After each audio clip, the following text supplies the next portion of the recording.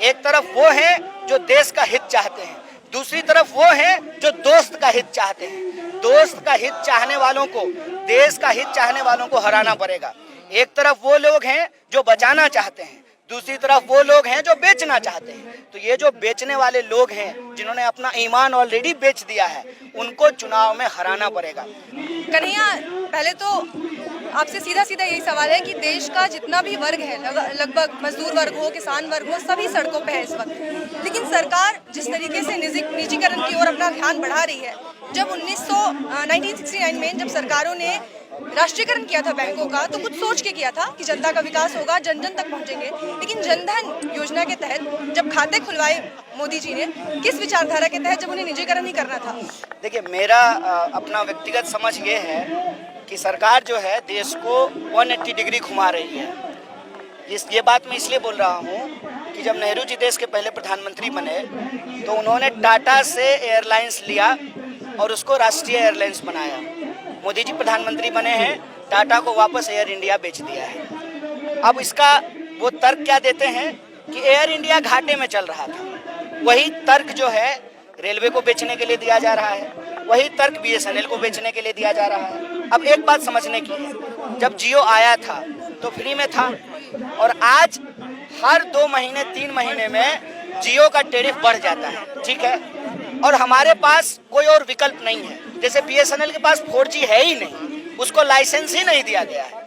BSNL पहले सबको licence देती थी, अब BSNL के पास ही 4G का लाइसेंस नहीं है। मतलब कि राष्ट्रीय संपत्तियां जो हैं, जो सरकारी संस्थान है, उसको बेच दिया जाए। जो ही उसको बेच देंगे तो जो निजी संस्थान है उसकी मोनोपोली स्थापित हो जाएगी। फिर जनता मजबूर है, आप हम तमाम लोग वही चीज इस्तेमाल करने के लिए मजबूर हैं। जब राष्ट्रीय बैंक नहीं बचेंगे तो स्वाभाविक रूप से निजी बैंकों की मनमानी होगी।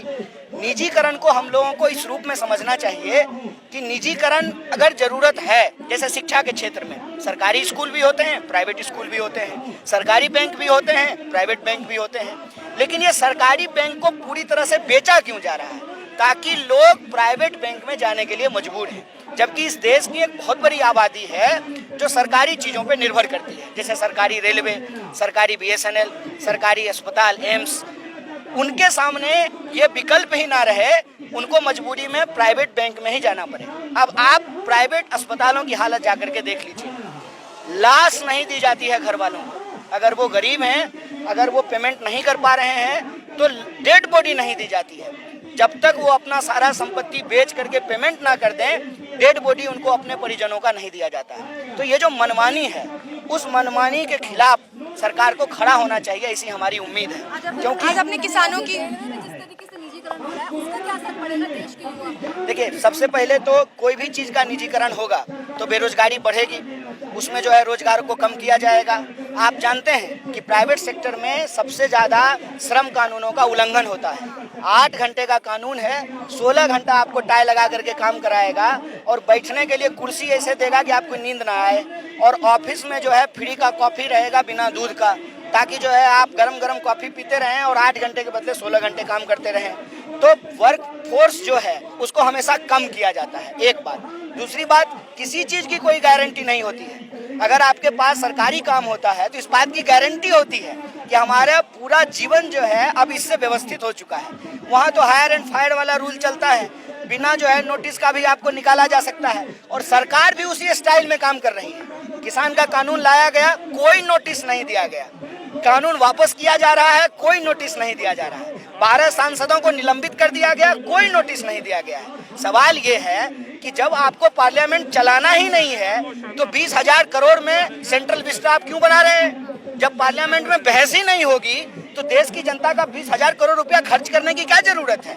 ये देश के युवाओं को समझना पड़ेगा कि सरकारी संस्थान हमारे भविष्य को सुरक्षित रखते हैं। सरकारी संस्थान भी रहे, निजी संस्थान भी रहे, लेकिन सरकारी संस्थान को पूरी तरह से बेच करके निजी संस्थानों को खड़ा किया जाए, इसकी क्या जरूरत है? लेकिन कन्हैया कहा कि सरकार जिससे डरती है उसी से डराना चाहिए किसान आंदोलन को लेकर, तो आप कहना क्या चाहते हैं? हम कहना ये चाहते हैं कि हम बैंक कर्मी हों या मजदूर हों या किसान हों या रेलवे में काम करते हों, हमारे पास भी वोट है।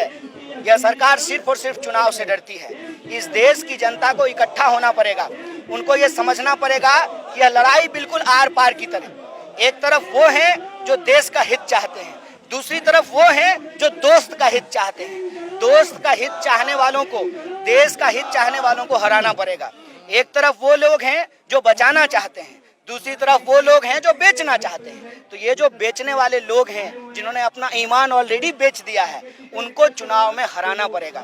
हमको एक ऐसी लोकतांत्रिक लाठी अपने हाथ में रखनी पड़ेगी जिससे बेकाबू सरकार पर लगाम लगाया जा सके। हम 5 साल में सरकार क्यों चुनते हैं? ताकि जनता के ऊपर उनका दबाव रहे, जनता सरकार के ऊपर दबाव बना सके। इनकी हिम्मत है कि जनता अगर कोई चीज मांग रही है तो वो मानने से मना कर दे। किसान आंदोलन ने ये दिखा दिया है, ये समझा दिया, ये सिखा दिया है कि अगर आप दबाव लगातार बना करके रखेंगे और बार बार कोशिश करने के बावजूद अगर आप गांधी का रास्ता नहीं छोड़ेंगे, अहिंसा के रास्ते पे चलते रहेंगे। लोग कहते थे ना कि कैसे अहिंसा से आजादी मिल गई। इस देश ने बार बार देखा है, आप कोई आंदोलन का इतिहास उठा करके देख लीजिए, वो अहिंसा से जीता गया है। इस देश के सभी सेक्टर के लोग, चाहे मजदूरों का अधिकार उनसे छीना गया हो, किसानों का अधिकार उनसे छीना गया हो, बैंक कर्मचारियों का, अलग अलग सेक्टर में काम करने वाले जो कर्मचारी हैं उनको अहिंसात्मक तरीके से गांधी के रास्ते पे चल करके अपने अधिकार को सुरक्षित करना होगा। और ये सिर्फ उनका व्यक्तिगत हित नहीं है, ये आने वाली पीढ़ी को बचाने का सवाल है, ये देश को बचाने का सवाल है। नहीं, देखिए, निजीकरण इस देश में था और निजीकरण इस देश में रहेगा। सवाल वो नहीं है, सवाल ये है कि आप क्यों चाहते हैं कि एम्स ना रहे, आप क्यों चाहते हैं कि रेलवे ना रहे, आप क्यों चाहते हैं कि बीएसएनएल ना रहे। भाई बीएसएनएल था ना, जियो भी धन धना धन हो, लेकिन जियो धन धना धन हो और बीएसएनएल नहीं हो, इसका क्या उद्देश्य है? इसका उद्देश्य ये है कि मनमाने तरीके से लोगों से पैसा वसूल किया जाएगा। अगर बीएसएनएल 350 रुपया में आपको 3 महीने में यूज करने का अधिकार देता, तो जियो दबाव में आपको 275 रुपए में देता। आज बीएसएनएल है ही नहीं, तो आप 750 रुपया भर रहे हैं। ये समझने की जरूरत है। कन्हैया, जब प्लेटफॉर्म टिकट के 10 रेट बढ़ा के 10 रुपए से 50 रुपए किए गए थे, तो इसको निजीकरण का असर बताते हुए बड़ा प्रचार हुआ था।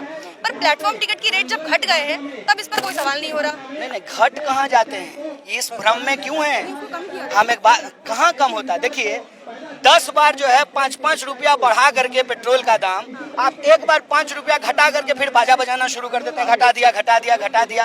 अरे आप बता नहीं रहे हैं कि भाई 5-5 रुपया जब आप 5 बार बढ़ाए तो 25 रुपया बढ़ाए। 25 रुपया बढ़ाने के बाद जो आपने 5 रुपया कम किया, हम तब भी 20 रुपया ज्यादा दे रहे हैं ना। आप मुझे बताइए कि रसोई गैस की कीमत 365 रुपए थी, आज लगभग 1000 रुपया है, तो कहाँ से इन्होंने कम कर दिया है? ये एक प्रचार का तरीका है और मैं कहता हूं कि ये सरकार पूरा का पूरा प्रचार पे चल रहा है। अब की बार प्रचार की सरकार। हकीकत में आप जाकर के देखिए, आप किसी भी मिडिल क्लास फैमिली को जाकर के पूछिए कि वो अपना परिवार कैसे चला रहे हैं। रसोई गैस महंगा, पेट्रोल महंगा, डीजल महंगा, सब्जियां महंगी और काम नहीं। जिसका काम था कोविड में, लॉकडाउन में, उसका भी काम छूट गया है। ये देश की जनता का मुद्दा है और इस मुद्दा को भटकाने के लिए वो जात और धर्म के झगड़े में लोगों को अभी भी बीजेपी के नेता कहते हैं कि महंगाई, बेरोजगारी, ये मुद्दा अभी भी, इससे ऊपर भी अभी राष्ट्रीयता है, राष्ट्रवाद का मुद्दा है, मंदिर का मुद्दा है, धर्म का मुद्दा है। अभी भी वो ये बात कह रहे हैं। देखिए, वो तो यही कहेंगे ना, वो तो ये नहीं कहेंगे कि भाई बेरोजगारी बढ़ गई है। लोग अभी भी वोट करेंगे। देखिए, लोग क्या करेंगे उनके ऊपर है, ये हमारे हाथ में नहीं है। आप वोट की बात हमेशा करते हैं। हाँ, वोट की बात हमेशा कहते हैं, इसीलिए हम वोट की बात कर रहे हैं कि क्या वो अपने सवालों पे वोट करेंगे या वो बीजेपी के मुद्दा पे वोट करेंगे। और मैं समझता हूँ कि देश की जनता अपने मुद्दे पे वोट करेगी, बैंक कर्मचारी अपने मुद्दे पे वोट करेगा, किसान अपने मुद्दे पे वोट करेगा, मजदूर अपने मुद्दे पे वोट करेंगे, नौजवान अपने मुद्दे पे वोट करेंगे। कि भाई सालों तैयारी करते हैं, एग्जाम देने जाते हैं, प्रश्न पत्र लीक हो जाता है और परीक्षा में आज इतनी धांधली हो रही है। कोई ITI करके बैठा हुआ है, कोई इंजीनियरिंग करके बैठा हुआ है, कोई UPSC की तैयारी कर रहा है, नौकरी ही नहीं मिल रही है। और नौकरी मिल रही है तो जीवन में बाकी कुछ नहीं हो रहा है। तो ये जो स्थिति है, उसमें लोगों को अपने निजी जीवन में झांकना पड़ेगा, सरकार के नारे को नहीं देखना होगा। उनके निजी जीवन में क्या हुआ है? बोला अच्छे दिन आ गए, किसका अच्छा दिन आया है? अंबानी और अडानी में कंपटीशन चल रहा है कि एशिया का सबसे बड़ा आदमी कौन है। सरकार आंकड़ा दे रही है कि हम लगातार गरीब होते जा रहे हैं, हंगर इंडेक्स में हम लगातार पिछड़ते जा रहे हैं। तो ये हकीकत है, हमको अपने जीवन में झांकना पड़ेगा और हमारा जो मुद्दा है इस देश के आम जनता का जो मुद्दा है, रोजी रोटी, कपड़ा, मकान, शिक्षा, स्वास्थ्य, सड़क, बिजली, पानी, उस पर मतदान करना पड़ेगा। और सरकार को ये सिखाना पड़ेगा कि हमने आपको उम्मीद से वोट दिया था, आपने हमारे उम्मीद पे वो को पूरा नहीं किया, इसलिए हम आपको कान पकड़ के गद्दी से हटा रहे हैं। और ये सबक होगा दूसरी सरकारों के लिए कि आप जो वादा करते हैं उस